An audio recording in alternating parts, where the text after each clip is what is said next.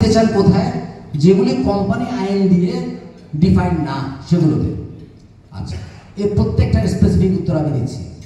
প্রথম উত্তর হলো, ওনারা বলেছেন কোম্পানি আইন অনুযায়ী যেই সব অডিটগুলো আমাদেরকে করতে হয় সেখানে ওনারা হাত দিতে চান না। তাহলে কোনটাতে ওনারা হাত দিতে চান? ওনারা হাত দিতে চান এনবিআর কিছু অডিট করতে বলেছে সার্টিফিকেশনের জন্য সেগুলোতে। এখন প্রশ্ন হলো, সেরা কারা? দেয়ার প্রপার্টনারশিপ, দেয়ার পার্টনারশিপ, এগুলো।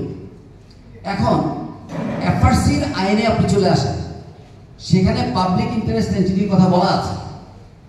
ডাজ নট মিন যে অনলি কোম্পানিগুলোই পার্টনারশিপ আপনার হবে, পাবলিক ইন্টারেস্ট এন্টিটি হবে, এটা কিন্তু নয়। তাহলে প্রথম কথা হলো, ওনারা যদি কোম্পানি আইনটাকে লিমিট রেখে বাকিগুলো করতে চান তাহলে সেটা পাবলিক ইন্টারেস্ট এন্টিটি হয়ে যায়। পাবলিক ইন্টারেস্ট এন্টিটি এফআরসির আইন অনুযায়ী ওনারা অডিট করতে পারেন না, ফার্স্ট পয়েন্ট। সেকেন্ড পয়েন্ট হলো, আমি মানলাম ওটা পাবলিক ইন্টারেস্ট এন্টিটি নয়, কিন্তু একটা কোম্পানি ফরমেশন হতে পারে 3 লাখ টাকা পেড আপ ক্যাপিটাল দিয়ে, 1 লক্ষ টাকা পেড আপ ক্যাপিটাল দিয়ে। একটা কোম্পানির অ্যাসেট বেস হতে পারে 10 লক্ষ টাকা। বাট যদি আপনি খুঁজে দেখেন, একটা পার্টনারশিপ অথবা একটা প্রপার্টনারশিপ ফার্মের টার্নওভার হতে পারে 500 কোটি টাকা। ডাজ ইট মিন এটা কোম্পানি হলে করা লাগবে না আর এই 500 কোটি টাকার অডিটটা ওনারা করতে পারবেন? It does not mean. 20 কোটি টাকা 30 কোটি টাকা ট্রানজেকশন কারণ বাজারে তরকারি ব্যবসাটা যারা করে তাদের অনেকে পাইকারি ব্যবসা আছে, সেটা তো অনেক হচ্ছে না। বাট কোম্পানিগুলো হচ্ছে 10 লাখ টাকা ট্রানজেকশনের মধ্যে দিয়েও কোম্পানিগুলো হচ্ছে, সেটা আমরা করবো। আর যেখানে 20 কোটি টাকা ট্রানজেকশন হচ্ছে সেটা যেহেতু কোম্পানি আইনে বাধ্যবাধকতা নয়, সেটা ওনারা করবে। এটা তো কোনো লজিক হতে পারে। লজিক ইজ যে আমার অডিট করার জন্য, হোক সেটা পার্টনারশিপ, হোক সেটা পার্টনারশিপ, হোক সেটা কোম্পানি, আমার অডিট করার জন্য যেই লেভেলের ক্যাপাসিটি থাকা দরকার, যেই লেভেলের স্কিল থাকা দরকার, সেই ট্রেনিং থাকা দরকার, সেই প্রপার স্কিল, সেই প্রপার নলেজ, সেই প্রপার ট্রেনিং আমার আছে কি না? না, নাই। কারণ আমার ভাই বলেছেন, মেহেদি ভাই, উনি বলেছেন যে ইট ইজ স্পেসিফিক্যালি ডিফাইন্ড ওনারা কি কাজ করবেন আর আমরা কি কাজ করব।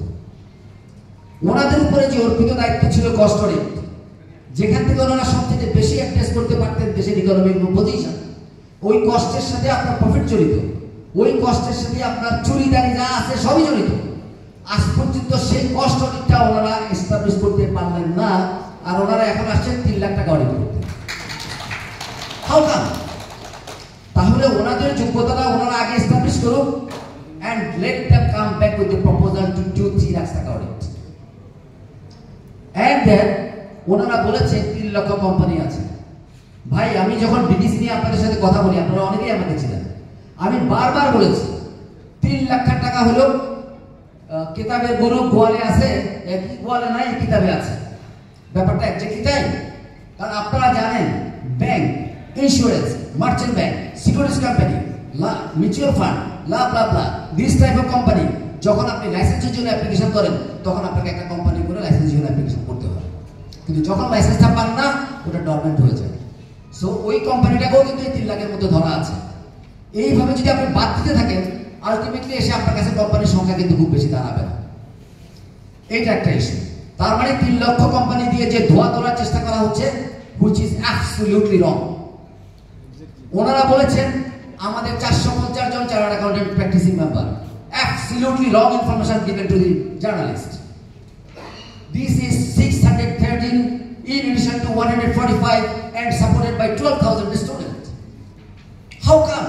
আমাদের সংখ্যা কম কোথায়?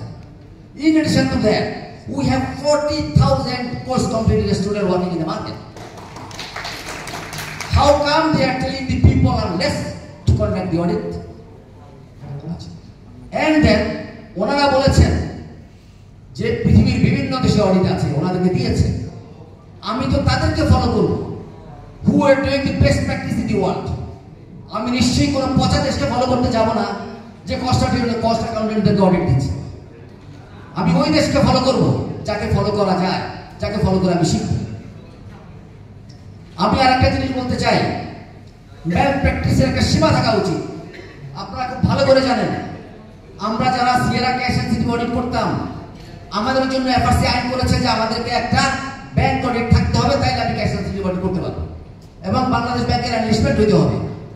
অথচ তাদের ক্ষেত্রে সরকারি ব্যুরোক্রেসিকে ইউজ করে কি করেছে তারা? সব কস্ট অ্যাকাউন্টের অডিট করতে পারবে irrespective of the quality. How come? বলেন আপনারা, these are not bad practice, these are not in pitching to the bureaucracy, these are all. আচ্ছা, আপনারা বলেছেন মানি লন্ডারিং এর কথা। ভাই, মানি লন্ডারিং কি কখনো ব্যাংক থেকে হয়? হ্যাঁ, বেসিক কনসেপ্টে আসে। মানি লন্ডারিং কি ব্যাংক থেকে হয়? ভাই, লোনটা হয় এনপিএল, মানি লন্ডারিং ব্যাংক থেকে হয় না। মানি লন্ডারিংটা হয় যেই কোম্পানি লোন নিয়েছে সেখান থেকে। এখন প্রশ্ন করতে পারেন, এই মানি লন্ডারিং এর সাথে কি অ্যাকাউন্টেন্টরা জড়িত? এর অনেকগুলো ট্রানজেকশন লেভেল আছে। প্রথম, ব্যাংকে লোনের জন্য অ্যাপ্লাই করলেন। দ্বিতীয়ত, লোন সেকশন হয়ে চলে গেল কোম্পানিতে।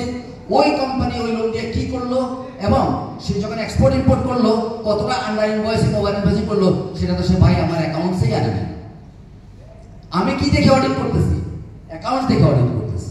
তাহলে সে যদি রিপোর্টই না করে আমি কোত্থেকে ভাই এটাকে চেক করবো? ভালো কথা, আপনি বলবেন আপনার সন্দেহ হয়েছে, আপনি চেক করেন, কিন্তু তার যা আন্ডারলাইন ডকুমেন্ট, তার প্রত্যেকটা ডকুমেন্ট অথেন্টিক ভাবে সে আমাকে দিচ্ছে। আপনারা বিসমিল্লাহ গ্রুপের কথা জানেন না? জানেন তো? ক্যাশ ইনসেন্টিভের বিসমিল্লাহ গ্রুপের কথা ভুলে গেছেন? ভুলেন নাই? কিভাবে হচ্ছে? সেখানে তো অডিটররা জড়িত ছিল। Is there any scope to be there? No. কেন হলো? কি কারণে হলো?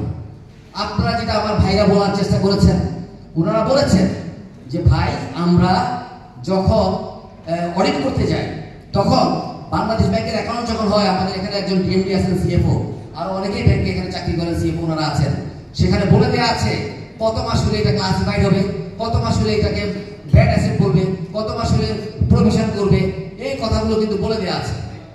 তাহলে যেই কথাটা আমার ভাই বলার চেষ্টা করছে, আপনারা বারবার ওনার হাত ধরার চেষ্টা করছেন যে উনি বলেছে ওনাদের হাত পা বাঁধা। ভাই, এটা কথার কথা। হাত পা বাঁধা মিন আইনের বাধ্যবাধকতা।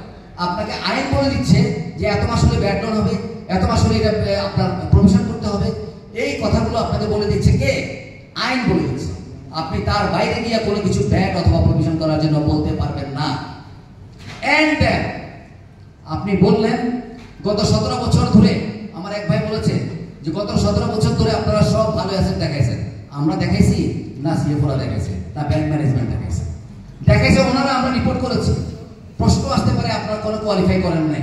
ভাই, আমরা যখন অডিট করতে গিয়েছিলাম, ওই বাংলাদেশ ব্যাংক যে প্রভিশনগুলোর মধ্য দিয়ে আমাকে বলেছিল যে 3 মাস হলে প্রভিশন, 6 মাস হলে ব্যাড, লাভ লাভ লাভ, আমি সেটা করে যখন নিয়ে আসলাম তখন বাংলাদেশ ব্যাংক ডেকে আমাকে বললো তোমরা আমার সাথে বসো। Tripartite Bangladesh bank auditor bank বলেন আপনারা বাংলাদেশ ব্যাংকের আইনের সবগুলো সেকশন খুঁজে দেখেন, is there any provision to seek for the tripartite? No. But we are compelled because of Bangladesh Bank is our regulator. Once regulator is calling you to talk to you, আপনার মাথায়, আপনার কয়টা মাথা আপনি না দিয়ে পারবেন? আপনি সেটা আপনার ট্রেন দিকে বসেছেন, বসার পরে ওনারা সেখানে বারবারিও বলেন নাই, ওনারা অফিসিয়াল চিঠি দিয়েছেন, অফিসিয়ালি চিঠি দিয়েছেন যে আপনারা ব্যাংকে চিঠি দিয়েছেন, বলেছেন যে আপনারা এই বছর এতটুকু এনপিএল দেখান আর বাকিগুলো বাকি 10 বছরে দেখান অথবা 5 বছরে দেখান। তাহলে যে আইন দিয়ে আপনাকে বললো এনপিএল করার জন্য, সেই আইন বাংলাদেশ ব্যাংক তার চিঠি দিয়ে ওভাররুল করে গেল। যদি ওভাররুল করে যায় ব্রাদার, যদি ওভাররুল করে যায়, সেখানে অডিটর কি কিছু করার আছে? না, নাই। যার কারণে আপনার রিপোর্টগুলো ফ্রেশ দেখতেছেন। এখন প্রশ্ন করবেন এখন কেন দেখতেছেন, এখন কিভাবে বের হয়ে আসতেছে? আপনাদেরকে আমি বলতেছি প্লিজ ব্যাংকগুলোতে যান, এই বছর যান ব্যাংকগুলোতে, এই বছর যান। বাংলাদেশ ব্যাংক কোনো ব্যাংকে আজ পর্যন্ত লোন ক্লাসিফাই করার জন্য সুযোগ দেয়, নন ক্লাসিফাই করার জন্য সুযোগ দেয়, যার জন্য অডিটরদের হ্যান্ডস ফ্রি এবং তারা কোয়ালিফাই করতে পারছে।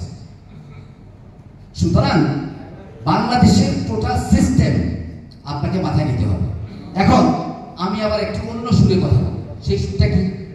যদি যদি হয়তো আপনারা এই উত্তর আমাকে বলবেন, আপনাকে কে বলেছে এই দায়িত্ব নেবেন? যদি সরকার সেই মুহূর্তে এই কাজটা না করতো, যে ঘটনাগুলো ঘটেছে, আজকে আপনার যে রেটিং হচ্ছে ওয়ার্ল্ড ওয়াইড, আপনার ব্যাংকগুলোর অ্যাক্সেপ্টেন্সের জন্য আপনার দেশ কি 4 আনা পয়সা পৃথিবীর কোনো জায়গা থেকে পেত? পেত না। তাহলে দেশ কোথায় যেত? সুতরাং আমরা যখন এই কথাগুলো রিপোর্ট করছি, বা আমার আরেক ভাই যখন এই কথাগুলো বলছে, সেখানে লিটারালি একটা প্রফেশনকে আঘাত না করে পুরা দেশের ইকোনমিক সিস্টেমটাকে আমি আঘাত করছি। আমি আঘাত করছি আমার ফরেন ডাইরেক্ট ইনভেস্টমেন্টকে, আমি আঘাত করছি আমার টাকা বিদেশ থেকে আসার জন্য। যখন আমরা পাগলের মতো ছুটছি সারা পৃথিবীতে, আমার দেশে এফডিআই হোক, সেই এফডিআই প্রতিরোধ কন্ট্রোল আমি চেপে ধরছি কিভাবে? এই রিপোর্টগুলো করে মানি লন্ডারিং হয়ে গেছে, অডিট রিপোর্ট করে কোনো ভরসা নাই। সারা পৃথিবী আজকে রিপোর্ট করছে 1 টাকাও যদি ইনভেস্টমেন্ট করে থাকে সেটা অডিট রিপোর্ট করে মেসেজ করে। যখন এই মেসেজটুকু আমি সারা পৃথিবীকে দিচ্ছি, সেই পৃথিবী কিন্তু আর আমার দিকে ফিরে তাকাবে না। আপনাকে অনেক ধন্যবাদ।